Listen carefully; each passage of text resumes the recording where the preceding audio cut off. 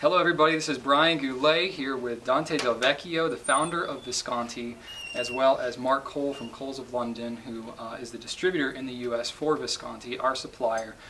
We have a relatively new relationship and we're extremely honored to have both of them here at our office in person. And we seized the opportunity here to sit down and do a special Q&A session with them focused on Visconti. And so we wanted to do a live Periscope stream as well as a Q&A video while we had the chance for both of them to sit here with us. So thank you so much for coming. It's an absolute honor to have you here. Brian, it's my pleasure to be here and talk about pens and have a young company like you, working so well with our products. And go ahead, I'm ready. Thank you, wonderful. And though you may not be able to see it in the video, we have the majority of our team sitting here, because just to want to soak up some of the passion here that Dante is going to be pouring out in this video. So one of the first questions I have, Dante, is the bridge that the clip is modeled after, the Ponte Vecchio Bridge. Is that in any relation to you? Delvecchio is your name. What is the significance of that particular bridge? Visconti was founded in 1988. For a long time, the symbol of the Visconti was a clip that was made in 1992. We were looking to have our own, symbol that has to be very, communication in the company, and we choose in the year 2000 to have a bridge as a symbol. First of all, technically speaking, it's very easy to use our clip, and it delivers the name right in the clip. Mm-hmm. So it's a very easy communication. It took me years or ages to have a symbol that people will know that is Visconti. So to write the name exactly on the clip is a way of communicate faster the brand with the pen. And also don't forget that the clip is the only thing of the pen that sits outside the pocket, because unfortunately the pen sits in a pocket. I would like to invent a pen that you can put elsewhere, so at least, or with the bracelet. So at least you guys, have something to show to the people, like watches. Because the fortune of the watches are not to know what time is it, but is the wrist, where you can carry. Going back to the pens, the bridge is a symbol that was quite original, because no other brand has anything similar. So it was very distinctive, but there is also some kind of good communication behind the symbol of the bridge. The bridge means joining people. The bridge is, since ever, conceived like something that is joining two different rivers, two different sites. So what we need in this world, to have people to go together, we don't need a river to separate people. So the pen, since ever, was a symbol of diplomacy against war. With the pen you think to a good agreement or to a good signing, but you don't think for a declaration of anything. And this is one of the things I like the most, because to have it as a symbol of the brand, a bridge is just great, because it tells you we can be friends and we can stay together. Or we can just make a business, because also this is what we're talking about. Another very important point is that many brands has a symbol. Can be either the arrow for Parker or other symbols. But for us to have a symbol like a bridge, that is very important, because in Florence we have a Ponte Vecchio Bridge that is a symbol known worldwide. And since the very beginning, we wanted to call the brand Visconti Florence. Because we want to make Visconti, that is a very old Italian family since the 12th century, so is a symbol of luxury, of novelty, together with our city that is a symbol of Renaissance, of quality, of style of life as well. So the Ponte Vecchio Bridge is just casually, matching our, clip. I will do this symbol even without the Ponte Vecchio in Florence. And the fact that my name is Delvecchio is absolutely a case. Dante, can I have one thing? I think the clip is very beautiful and it's symbolic, but actually it's very functional as well, which is important because there's a number of components at the end of our clip, which means it's spring-loaded. And the good thing, the big benefit of that is that you can put it hard on the clip and it won't break. Never loses shape, and it's very easy to use one hand to then put it in your pocket as well. Mark is making a very good point. Many brands, some of them very famous, they have an old style clip. The old style clip are those clips that are made or loaded by a spring. So these clips are usually very stiff. If you have a very expensive jacket or suit, you don't want to destroy your suit by putting in your pocket a spring that is too aggressive with the fabric. And sometimes what you want is something very easy to put in your pocket or in your internal pocket. This is possible with the Visconti clip because we have designed the pen very carefully, and we give ourselves some rules. For example, the clip, the weight of the pen, the length, the diameter, and all these rules are made to be just adapted to the most of the people, but something that should not happen. For example, it never happened in 30 years that one jacket will get destroyed from Visconti clip because of too much friction or too much stiffness. And for example, you sell the Homo Sapiens. In the Homo Sapiens there is a new lock system of the cab called hook safe lock that was designed to avoid that accidentally your pen can fall down in your pocket. So you see, this is a great attention to details. Mm-hmm. And it's the only way to make a luxury brand. Mm-hmm. I don't know how familiar you all are with Visconti. I know we just started working recently, but I think one of the things that's really unbelievable about the brand and about what Dante does is there's always good reasons behind every detail in every pen. He doesn't just do it for the sake of making another pen. He does it for a reason. So as a result of that, there is a lot of innovation and a lot of details in the pens that make Visconti, I think, very unique. I would like to say our DNA is to be innovative, but it's also my wish or my character since ever to have something new. I rarely go 2 times in vacation in the same place. I like to change. I have only one thing since a long time, it's my wife. and your US distributor. 32 years. The same guy. So Can I say it's different between my wife and you? So how involved are you in the development of these new pens, in the design of the pens? I am proud to say that in Visconti have done every kind of job, including shipping, including assembling. But this happens when your company are just 3 persons, and in the evening you need to ship, or you to do this, or to do that. Of course, it's many years. I can relate a little bit to that. Yeah. Up to 1997, all the Visconti pens were designed with my Technigraph, that you probably guys, you don't know even what it is. It was a Jurassic instrument. It was invented many years ago before computers to do some designs, The Technic was a tool that you can have a table and you can draw whatever you want. With the 2 forgotten things is the lead and the paper. Wow, that's wonderful. So up to 97, I draw all my pens myself. So I went to the factory, and with the factory with the drawings, I was making pens.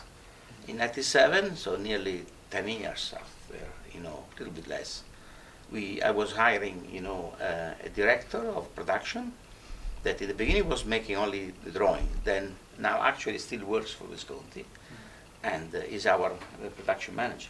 Wonderful. So I'm used to say that when a company is small, you are used to do everything if you want the company to go. And also this helps you to understand different kind of works. I'm not in the tower and see all the other people outside. In 1990, I came to the States with a bag full of pens, and I was wishing to sell my pens, but I have no clue where to go or what to do. But now I think I can say Visconti is the second most important brand in the States, and I'm very proud of that, you can imagine. Absolutely. From a I bag think full when you of say pens. second most important, I think I'm going to rephrase that a little bit. There is a bigger brand, luxury pen brand, that maybe does more sales. But I think when it comes to importance, I think Dante is, without doubt, the most creative pen maker in the world alive today. I don't think there's anyone else. I have a friend in the States, in Washington. He was used to tell me, Dante, we are, not his brand, but he feels like to be a part of Visconti. We are the best seconds because we cannot be first. Wow, wonderful. So why fountain pens? I mean, it sounds like you're very innovative, you're very creative. You probably could have gotten involved in just about anything, cars, watches, which you do have watches now. But, why fountain pens? Many years ago in the States, they wrote a book about me. It was called Don't Give a Comb to a Bald Man. Watch it, Dante. I'm glad to say touche. At least somebody else in the audience can appreciate that. And this was written from a journalist. I was talking in the Javits Center with him for a good 4 hours. And after 2 years, he called me, Dante, your speech generated a book. And Visconti was a good 3 or 4 pages of this book. When in 1988 I opened Visconti, I was carrying a pen store. At that time I got the feeling that I could do something better. The pens in the market were not satisfying me at all. But most of them very, not say lousy, it's not nice to say about competition, but pens that were mass production. So I was thinking that the pen could be something more luxury, more different, and I was reading books. I got a nice pen collection already about celluloid pen, and I asked one friend of mine that was a good salesman, I said, why, Luigi, we cannot make, a pen brand doing the things that were not done before. So were just forgotten because celluloid pens, Parker, I think, stopped in 1945 to make celluloid pens. And I don't want to mention other brands, but you guys know that around the 60s, there were not already any celluloid pen in the market in the 1960s. So why we don't revive this and we come to the market with a nice celluloid collection? We don't know even where to buy the material. So I approached different makers. I approached a company in Japan, one in Italy, and I asked them, I want to make celluloid pens. And you know what? We did. We did, and we turned what was a wish into a business. At that time, we did everything, in-house, My first 6-7 years in Visconti was more learning. I was like a sponge, able to absorb any kind of information. And my suggestion, don't read too much the books about pens because they don't say the truth. I know why Parker in 1940 made the Parker 51 and stopped making the vacuumatic. This is not written in the books. It's written when you experience what it means to do something or something else. The answer is sometimes is different. So I read too much, let's say, books, and then I went back. I used to say, listen everybody, then you decide yourself. And this I learned very, very quickly. And since then, I found, say, a way for Visconti. But in 1989, far away any other brand, I was yesterday with Susan Bowen of Pen World, saying, guess who made the first limited edition in the world? She was saying, who? Tell me.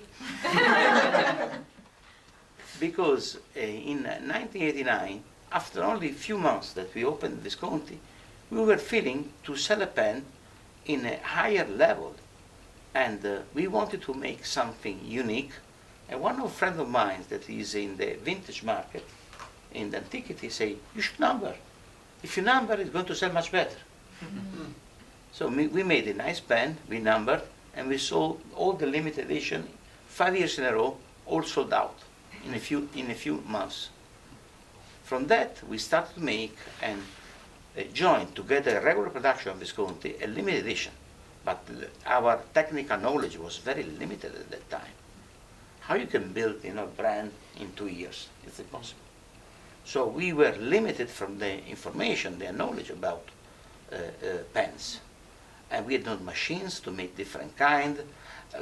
We were really striving to make, and every single money that was coming to the company, we reinvested in the business. I know what that's like.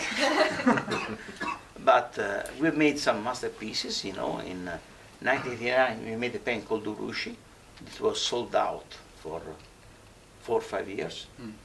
We made, they say in 1990, there was 14 different colors of celluloid using vintage material. New pens made with original material of 1930 that I found in customers' warehouse, in store. Wow. That was very interesting. It's still, in our most interesting pens. In 1991, we made a pen called Red Time, and we made an event in a bank to introduce the pen. It was never done before for any other brand. To go in a bank and make an event to introduce a new model in the market. Now everybody's doing, but that time was a huge innovation. I took with me a nib expert that was talking about vintage pen, but in 1990 to talk about vintage pen was really like extremely unusual. Because even vintage pen, even if you go, you guys, there are a lot of pen shows. At the time, were not existing pen shows. They were creating just during those years. Interesting.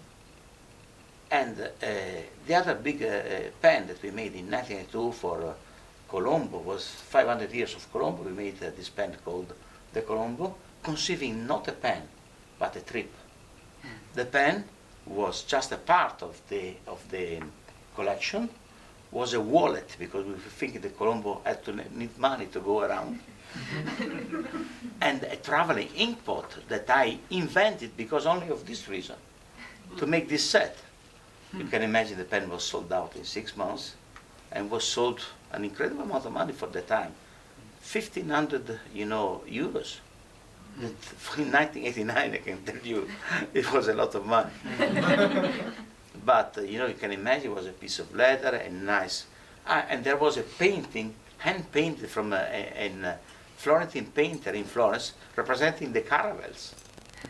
That was really shocking the market because nobody ever did something similar. In the best case, you can put a pen in a box, or okay, this is limited. Or we make some printing of some kings in front of the box. Nobody did a set like this, so luxurious, in 1992. But this is the very beginning. The rest is history. I was going to say, there's a lot of history too. I mean, you come out with pens all the time. How many models of Visconti pens would you say you've created over the years? That's not an easy question. We are sold now. Recently, we hit the 1 million pens sold. That is not a big number for a company that is not a mass production pen. In models, I think. Is endless, the variation that we've made, either in designs, because the models, for me, color is not a model. Right. When we launched the Van Gogh collection, not the one that is actually in the market, but the first one that was launched in 1999, we are talking about 64 SKUs, only for one pen. We made maxi, midi, and mini in 6 different colors and 5 different writing instruments. It was a disaster. What? Just think about that. Think about that. Somebody calls, ask questions. Maxi, about midi, and mini. Right. A fountain pen, a big nib, let's say the number 6, the big one. Number 5, small nib, roller, ballpoint, and pencil. So it's 5 instruments. 5 colors is 25 by 3 models, 75. Not bad. Brian, one of the best things about working with Dante is receiving a new pen, a sample of a new pen that he's launching, and we get it in our office, and everybody who works for me, nobody was in the pen business before they started working for me. Now everyone is pen aficionados. As soon as that pen comes in, everyone's got their thing to say about it. Everyone's excited to see it. And it's amazing. And one of the great things is that there is always something new going on from Dante. He has got endless ideas for pens. And I think what's so great is, coming from Florence, he's got all this amazing inspiration around him. You know, with the Renaissance and the Ponte Vecchio Bridge and all the galleries and the famous artists. So there's always something exciting to look forward to from Actually, from I have 22 different patents in pens, and around 15, 16 are invention patents. I think I've deeply innovated all the pen industry with different, pens, designs. But while, a regular edition is like, let's say, the wish to hit a certain kind of potential customer, a limited edition is like to go to school and your teacher is asking you what you've done on Sunday, or tell me something about a famous poet or this and that. Very often customer comes to me and say, Dante, you have to design a pen for this occasion. It is quite embarrassing because it's not exactly like to have an idea and make a pen. When I made the Divine Proportion, I was reading, the Da Vinci Code. And while I was reading, I said, I can make a pen out of this stuff. It's interesting. I went to internet, I saw all the Da Vinci Code and, the Divine Proportion, Leonardo da Vinci. I found it very interesting, and the pen came incredible. I'm very proud of this. One of my favorites. Yes. This is It's a beautiful probably pen. my favorite pen, because it's very elegant, it's very, and there is a huge message behind the pen, because there is no Visconti pen without giving you something behind. We deliver a story with every single pen. This is a story that speaks about Renaissance, speaks about beauty. Divine Proportion is something nice to look at. I didn't write it myself, it wrote Leonardo da Vinci. And Le Corbusier, famous architect, or Richard Lloyd Wright, they were both designing houses and beauty following the Divine Proportion. But in this way, you need 2 days to keep me talking about that. we don't have enough time for that. But It's a beautiful pen, but you need to tell them what a nightmare it is to make, because it is a beautiful pen, but it is an extremely difficult pen to actually produce. There is a very handmade pen, and the metal parts are inset. We have a video of that. Yeah, I've seen it. yeah, It's yeah. Sent to you. Go on fascinating. YouTube, yeah. And it's really interesting what is a real handmade product. It's really handmade. I have a friend in China who is actually ambassador in Peking, and he told me that he discovered that the Chinese took this pen, but couldn't make any imitation because he said it's too complicated for us. I don't see any knockoffs of this on eBay, I don't think. No. I was willing to say that the regular edition, we have a strategy to make them covering different subject but hitting different price point. So from the Rembrandt, Van Gogh, Homo Sapiens, and Divina, we have a strategy that is a regular edition, so is always in stock, is not numbered, but we want to hit and deliver a different concept based on the price point. So everybody knows that we need to have a pen at $150, $250, $300 to cover every kind of needs about the people that are interested to buy a writing instrument. In a limited edition, it's completely different. Either I have an idea, like I said, for the Divine Proportion, but sometimes I have people say, Mark, say, Dante, make me a good pen for the States. Hey, come on, I'm Italian. It's your history, it's not my history. So sometimes it's very difficult to enter somebody else, tradition and history, heritage, and put this into a pen. It's not just to take a dragon and put in a pen, I've made a Chinese pen, easy. But I'm used to say that if I make a pen for Venice, I should not put a gondola on the pen that is a souvenir, but I have to make you to feel in Venice. This is the difference between designing a pen like we do in Visconti or make a souvenir pen that anybody else can make. When I was young, you can go to Venice, just to make you an example, and buy a pen like this clear with a gondola going back and forth in some kind of water. Yeah, yeah. It was 1960. It doesn't deliver any new.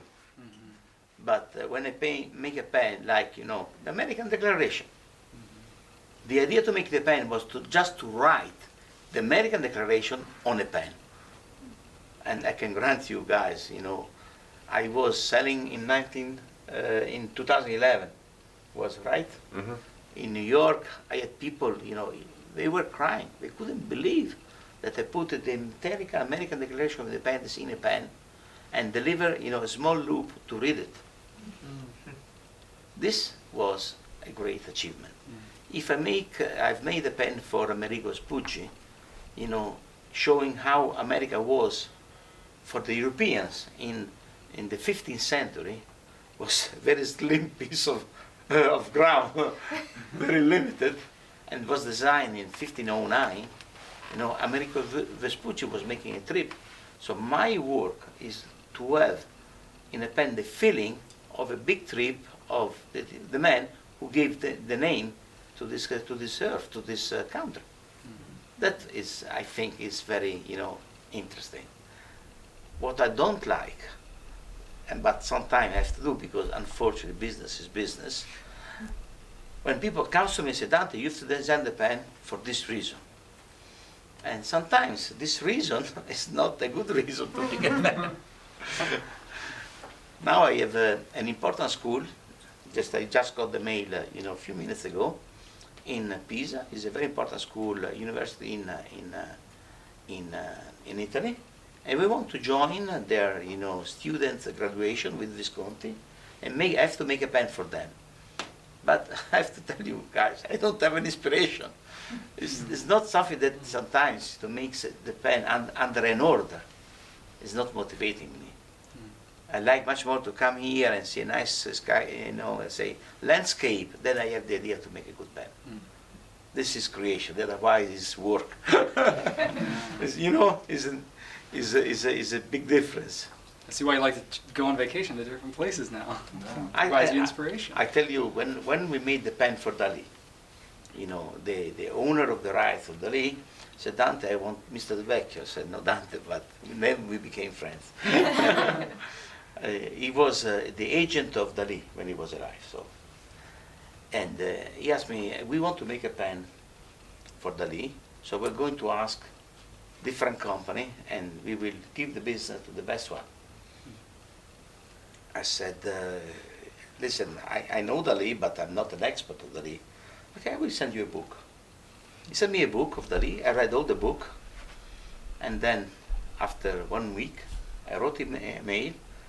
I said, for me, Dali is this, this, and this. I mentioned 4 or 5 focusing points that now are in the pen, that for me, Dali was very important, was a part of all the philosophy of Dali. The man, after 15 minutes, he called me. You already beaten everybody because in 5 words, you have mentioned all the philosophy of Dali. And this went into the pen. And the pen got every kind of award, either in Paris, in the States, in the Middle East. Was voted always the best pen, the best pen, the best pen. Because I was able to understand what Dali was and put the symbols of Dali in a nice way in the pen. When Dali has designed, you know, the heart, you know, I don't know how to say in English, the arrow that was leaking blood, we put in the pen the same heart that was leaking ink, going to write. This is what, for me, is take a symbol and put in a writing instrument. When, you know, Dali made the Newton, that was an empty guy, a man with an empty space here in this part of the body, that means he wanted to see inside a man, a soul. This was Dali meant. I made an empty space in the cap to see the nib, so you have exactly the same impression, but for a pen, not for a man, because I am a pen maker. I'm not designing, you know, sculptures. I'm not sure if you guys have seen any of these big Ah. limited edition pens. We've actually got them here, so you can afterwards we can. For Dali, I made a Show you pen some of these that, pens. he was used to put, melting watches everywhere. Put in a saddle of a horse or under a tree. I'm a pen maker. I put it on my clip. Yeah. So we made the Dali pen with the melting watch sitting right on the clip and covering the Visconti name. This, I think, is exactly, it's nice to put an artist in our business. This is recalling without making a souvenir. Wow. Very cool. What is the Visconti Homo Sapiens? That's one that gets a lot of attention and has been what a lot of people call in our business the Holy Grail pen. It's like their pen Why that the Holy save Grail? up. They save up for it. It's the pen that they want to achieve. It's for a lot of our customers. We focus so much on new people that don't know anything about fountain pens, and they come in and they discover and they find Visconti is a brand. I think that many people, it's out of their reach perhaps, or they want to one day get there. Young people want to aspire to one day get there. So that's such a unique pen. The material, the lava, there's so many unique things going on about that pen. Can you talk about the Homo Sapiens? I will tell you how the pen started. I was in call that is a furniture shop, supplying kitchen and parts. A friend of mine was going to be married and building his own home. He wanted to buy a kitchen, and the man told me, the salesman said, now you can have the table. It can be in fabric, can be in different kind, or we have this one in lava. And the man told him, what do you suggest? You know what, I will take the lava because you can put hot, stuff, let's say, the cup and this, no damage. You can hit very hard, very strong. And very interesting. Tell me more about that. Yeah. Then I asked the man, where am I supposed to buy the lava? And the man gave me the address of Mr. Zappala, that is a Sicilian man living under the Mount Etna. It's not a story, this is true, guys. I'm nearly in the TV, so I don't tell you stories. I called Mr. Zappala. I said, listen, I want to make pens. It's another one. I couldn't believe, you cannot make pens out of lava. I said, can I have a powder of lava? I said, sure, I have the machine to make the powder. Because many things, we use the powder of lava as basaltic material. So he shipped to me the basaltic lava, and I started to make tests with resin, with our machines, how to make it work, and we have learned a lot, of course. For example, we didn't know about the capillarity of lava, and we had some problems in the first pen that we've been shipping, because the capillarity was bringing the ink outside of the pen, and we were learning. When you do something new, you cannot test everything, or sometimes you have some surprises that were not expected. Anyhow, I did the pen, and in our office, nobody was putting a dime on the lava pen. I said to my, expert manager, I said, Roberto, this pen is going to be huge, believe me, because there is no pen in the world that can give you hygroscopic material, can absorb the moisture of your hand while writing. It's nearly unbreakable. You can break everything, but nearly unbreakable. Please don't try. Nearly unscratchable. And, such, nice handling, feeling. Because don't forget that while a watch is more aesthetic, a pen is a part of your body. You touch the pen, so you have an interaction of the pen given from your fingers. That is very important. So the fact that the Homo sapiens, everybody loves the pen because after they touch it, because the pen is very porous, and while the Mark is asking black pen very shiny, I was offered the Mark a gray pen very porous. Who could believe that the pen was successful? I think the pen speaks for itself. Just going against any kind of rule in marketing. But I was really believing that the pen was a big hit. We introduced the pen in Frankfurt with Actually, I remember when we first came out with this pen, Dante was making a presentation to all of his distributors about the pen. And he had a couple of samples of the basaltic lava on a table. And he said to everyone, this material is nearly indestructible. So everyone's like, yeah. Anyway, he brought with him a great big hammer. And he's got this little Chinese, Japanese distributor. And very their cute, daughter was small with girl, you She know. maybe was 15 years old, and he gave her this great, big, enormous hammer. She went up to this little piece of lava on the table, and she was only small, and she literally brought this great big hammer and smacked it with all her might.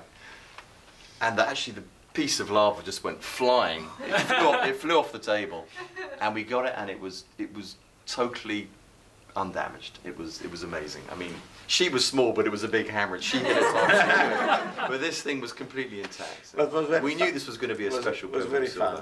And Yeah. then we launched the pen with this kind of marketing. I was in Milano about a couple of months after the presentation, introducing the pen to my customers, you know. And while I was there, showing, you know, the Forge de Vulcano, the nice, you know, say painting and this and that, there was a man that was listening. I said, listen, can I listen? I said, if the owner do not mind, I don't mind either. You know, the man came, was listening all my speech, how the presentation pen. The man at the moment said, Mr. Vecchio, tell me, why do you think lava is a positive symbol? Well, you're not going to make a pen with a negative symbol. So you must believe that the lava is a positive symbol. I said, hey, you know what? For me, the lava is the melting pot, is the chaos, is the beginning of everything. We are sitting on lava, guys. So I think lava has to be generating anything else. I like the idea to have lava around me. The man said, you are a genius for the communication. I said, Mamma mia. I said, Mamma mia. I said, I thank you very much for your words, but I said, between you, who are you? Give me his business card. Master of Marketing in Bocconi University in Milano. That is the top level of the PF in Milan. This pen is going to be successful. But this was pleasing me very much. Absolutely. You know, Visconti's designs. I encompasses a lot of forgot to history. tell you Oh, why sure. we call that, to call that Homo Sapiens. So why a pen made out of lava should have this kind of name? You guys know, you know why we call that Homo Sapiens? Why Homo Sapiens? Who is the Homo Sapiens? It's us, people. Is the age of bronze, the beginning of everything, and is the invention of writing. Because, just in case, I want to tell you, between reading and writing, they invented writing first, and then reading. Without writing, no civilization, no development, we were still at the Stone Age. So, thinking to the lava, and this is my marketing, because I don't have anybody else in the company making the marketing, I was thinking, if this is the melting pot, the generation, I think the Homo sapiens generates, you know, the civilization. And I think that was, you know, very good name. Sometimes you spend months to think of a good name for a pen, but this was really coming very, very well. Sorry for interrupting you. That's okay. You're more than welcome to interrupt me anytime. You know, Visconti's got so much history, so much depth. It's very futuristic as well. What is the future for Visconti, and what do you see 10 years, 20 years, 30 years from now? An easier question? 5 years from now? An easier question? you know, then Merlino. You know Merlino? Mm-mm. You don't know Merlino from the England. You know from King Arthur. Merlin. Yeah, Merlin. Okay, yes, Merlin. yes. No, he was a magician. Yes. Able to tell you the future. Uh-huh. I am Merlin. Dante's not giving too much away here. Okay. No, it's very difficult. We are living, an age where whatever is established is going to be changed. I think that since September 11, the world is changing very deeply. It changed again in 2008 after Lehman Brothers. Any kind of businessman knows this. The world is in a big evolution. The trend is changing, and I like Steve Jobs, but he's the killer of the pens because he's taken away the attitude to write with pens. Like now, with the iWatch, probably can really damage the Swiss industry. If people, nobody has a watch to know what time is it, because you have a watch built in your car. Your phone has a very nice, watch built in. Why should you carry a watch? While watch is hedonism, the pen is a personal use. So nobody needs to have a good pen to write. But since you don't dress like a Jurassic man or a Stone Age, you maybe don't want to have just a lousy standard pen to write with that, because it's a part of your image, or also your personal pleasure. That what you don't do for need, you do for pleasure. This is so important in any kind of developed, civilization, like we are. So in this world, you don't eat because you need to survive. You eat because you like eating. This is a big difference between writing and the pleasure of writing. So you write because you need to write. So any kind of pen is fine. But once you want to have a pen for yourself, you want a pen that, first of all, has to please you. So it's more important the shape or the impact of the pen than the function of writing. For me, is absolutely secondary, the function of writing to the pen. Because for the same reason, I tell you, I don't eat because I need to survive. I eat because I like eating. And this is a very good example. Most of the things that we do are not made are not made from the necessity, but are made from the pleasure. Probably some of you remember the movie called Lawrence of Arabia. I don't know if you guys have seen the movie, but when Lawrence was in front of Aqaba and wanted to conquest Aqaba, it was taken from the Turkish, and we need to have the help of the Arabian guy. And the Arabian guy has no reason to help Lawrence. Why he should help him? The Arabian guy can stay with the Turkish or with the Englishman. For me, it was absolutely the same. Lawrence told to the sheikh. The sheikh will not help Lawrence because of the power, because he's already very powerful. The sheikh will not help Lawrence because of the money, because the sheikh is already ultra rich. The sheikh will help Lawrence because of the pleasure. What you don't need for money, you don't do for money or for need, you do for pleasure. You know what the sheikh answered to Lawrence in the movie? You are a son of a bitch. We're being videoed here, Dante. But I still mentioning a movie. It's a quote. It's okay. Complain to Peter O'Toole, not to me. We'll get some YouTube comments on that. The movie was saying you are a son of 1,000 scorpions, but the meaning was the other one. Now, what's probably interesting to most people about our relationship now is, 6 years ago we were not here. We, to a lot of people represents this kind of newer online pen buying experience, which is very different than the way it's been for the last 30 years. What's your opinion on what the internet has done for fountain pens, and how do you see that changing the future of the fountain pen industry.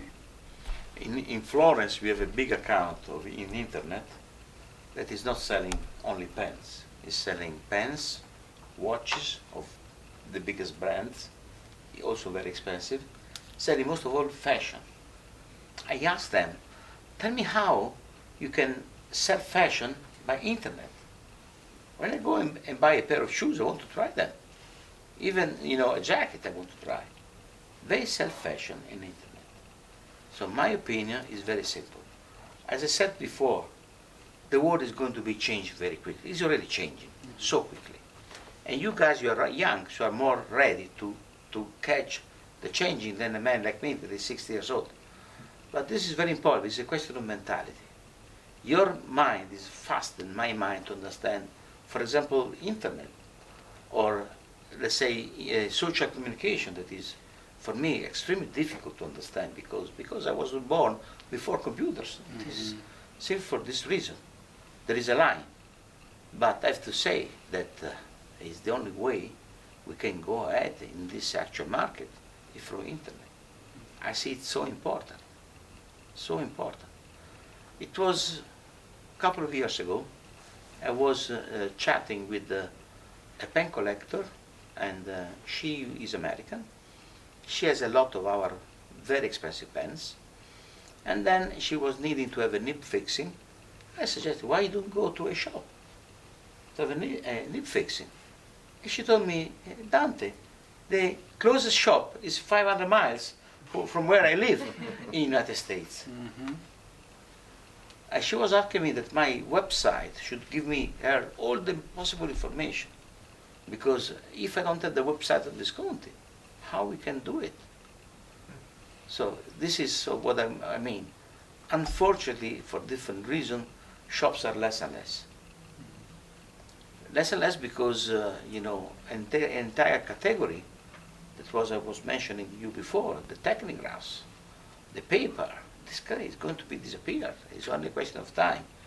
Think about in my company, my software already offered me to have digital, filing.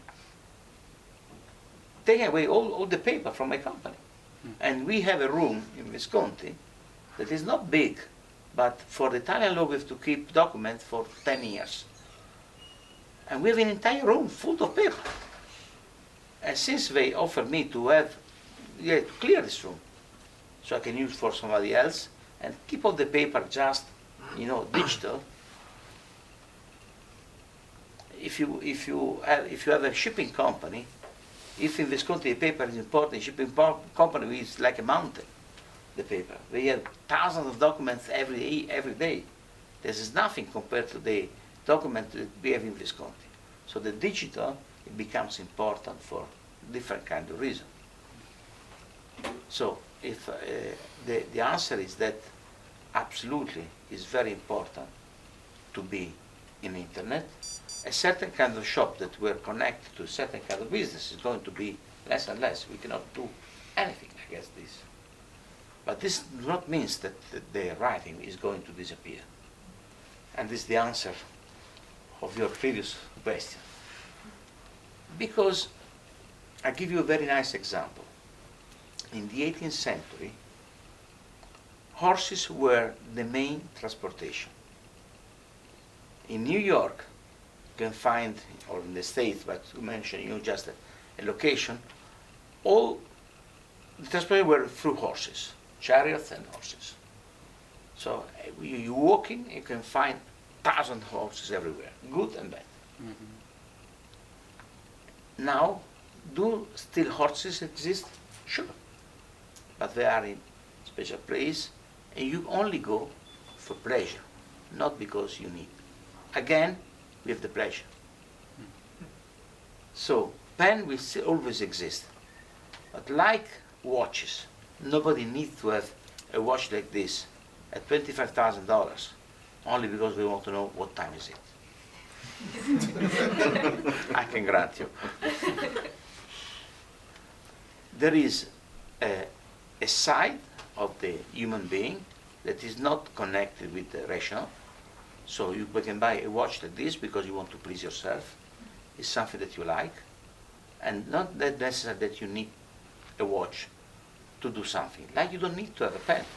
So you may still write with a pen, but a pen, first of all, and we go back to the bridge, is a tool of communication. You have a friend that was nice to you, it's just graduation, very important point, or any kind of business, you give a pen. And the pen, don't forget, is always welcome. The watch, people will think that you want to get some advantages. Like the watch is connected more with hedonism, the pens are connected to culture. So a pen, a gift to a pen is very elegant, very smart. Everybody appreciates a pen as a gift. So this is exactly what I think the future of the pen. The pen is going to be a very important gift tool connected with something that is an important communication. Can be a limited edition if the gift has to be very important. Something more normal, say more low end, but there are thousands of reasons to give people a pen. Actually, the biggest problem is not the market. People like pens, but they don't know where to buy them. For this reason, I'm very happy that you exist. Because we need you. Yeah. We need you. You know, Brian, I think one of the great things about Goulet Pens, and about what you guys have done, or that's all of you, I mean, is Dante keeps talking about the pleasure of writing, but it's also about the pleasure of buying. When you buy something, you want it to be a nice pleasurable experience, and I think that involves knowing about what you're going to be buying. And I think one of the clever things that you guys do is when you go to your website and you want to buy a pen, there's a lot of information, which is great, but it's the way you give that information to your customer. And the celebrity here in Brian with his videos, I think, is a great way. It's great because you can then see it being demonstrated. I love the detail you go into, Brian. I mean, Brian will start off with a box, open up the box, and you show every aspect of buying that pen. And it's a little bit like being in a store, and it's almost like being hands-on. And I think that's very clever. I would have done a good job. There is another very important point in a pen, that is how long is lasting. You know, if you want to give somebody an electronic, you know, let's say it can be, you know, a electronic device, what is the life of this gift? A month? A year? Year, maybe. And then something new is coming, so the value is not extended. What I mean with a pen is a value that very often goes from the father hands to the son hands. Even if a father has a nice pen collection, can be big, can be small, it goes to the family, is not lost. So for me, very important is a value that lasts. This is a very big point when you sell something. This is exactly the opposite of fashion. Because fashion usually lasts a season. If you're very lucky lasts 2 or 3 years, then you buy something new. This is not a gift that is last. A pen stays in your home forever. Still now I have collection of pens that many of them are Visconti's, that now the sons receive from the father only because the father is died, or because just passing by the hands, and they call me to have information. I got this. This is my uncle. This is very interesting. It's something that I'm living on first person because I sold those pens 30 years ago. Wow. So this is very important, I think, because frankly speaking, in your own habitation home, how many things you have that last years and years? Not many. I still have the first computers, the Casio computers, at home, and they look then like, a Jurassic stuff, the first Amiga, or you don't keep them like something, very valuable. It's a curiosity. Yeah. Not something that, I put in the front of my home. Come on. No. I want to be sensitive to everyone's time here, but I'll ask you one more question here. You Okay, mentioned go the ahead. pen collection. I'm very curious to know, what is your personal pen collection like? How many pens have you got? How do you store them? Just anything you want to talk about. I started with a pen collection that was not huge. We talk about 100 pieces before Visconti. Now it would be surprising, but I don't have a pen collection. Really? I have all of them. Well put, well put. Well put. If you come, and I wish you can. It's not strictly true. If you go to Dante, if you first of all going to Dante's, it's not a factory. If you go to his villa, where he makes the pens, is an unbelievable place. I don't know if you guys know. It's a 15th century villa just outside Florence, and there's frescoes on the ceiling. It's absolutely beautiful. And you go into Dante's office, and there is a huge cabinet on one side, full of every single Visconti pen that he's ever made. And I reckon in there must be. I don't have them all. There must be four. Well, okay, there's a lot in there though. So he hasn't even got them all, and there must be 400 or 500 pens at least in there. At least. There is something like a that. sheikh in Jeddah, in Saudi Arabia, that he used to tell me, Dante, when you will sell the company, you will not have all the pen that you have done. I will. Actually, his collection is over 2,400 Visconti pens. And I am, authorized to send to him every single pen I manufacture of every single color. In case of limited edition, I have to send him 4 pieces. Number 1, opening, the collection. Number 7, his birthday. Number 10, his brother's birthday, and the number who closed the collection. Of anything I do at any kind of price point. Wow. And when you And go, his brother likes pens too. when There's 2 shakes. That's only one. when of you them. go in his home, that is not an home. It's difficult. It's a lake surrounded by home. That is difficult to conceive. Wow. In the middle of the desert, and they have water like to be in Miami, in the middle of the desert. And I've been a few times in his home, and there is a Visconti room. And it's my photo with him, and he was used to tell me, Dante, I am rich, you are an artist. And this is pleasing me a lot. Well put. This is different, I say, I can create something that you can do. He collects every single pen since '97. Wow. I got some catching up to do, it looks like. Well, thank you both so much for being here. To close out for the Q&A here, the question of the week this week is going to be, what stood out to you the most about this particular interview? I would love to know. But thank you all. Thank you all for staying a little bit late. It's been an absolute honor to have you here. Thank you so very, very much. So it's my fault again, because you're late.